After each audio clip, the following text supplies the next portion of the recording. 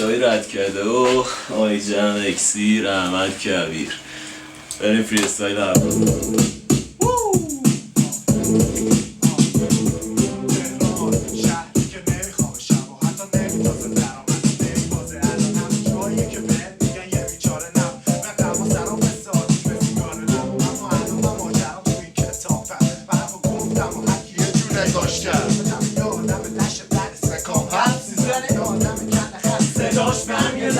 کاریشانمون رو تو کار میاریم، حالم روی تخته و شبا تو حال میخوابیم.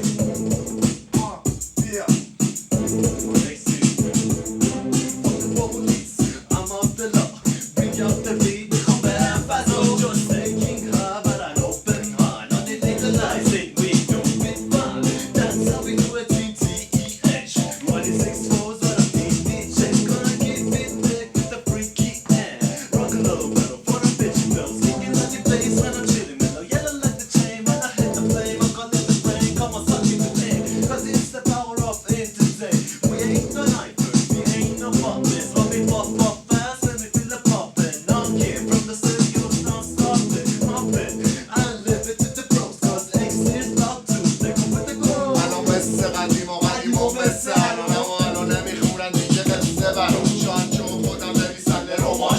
شهر منو میکشه، منم خمار شدم. بارو میاد دیگه، ما تو کوچه آفتابی شدیم. وقتی توپ شدیم چی رو میخوای بازکاری کنیم؟ احمد کسیه که دیگه ته خوده، کسی که پایه واسه تفریح و همه ناش.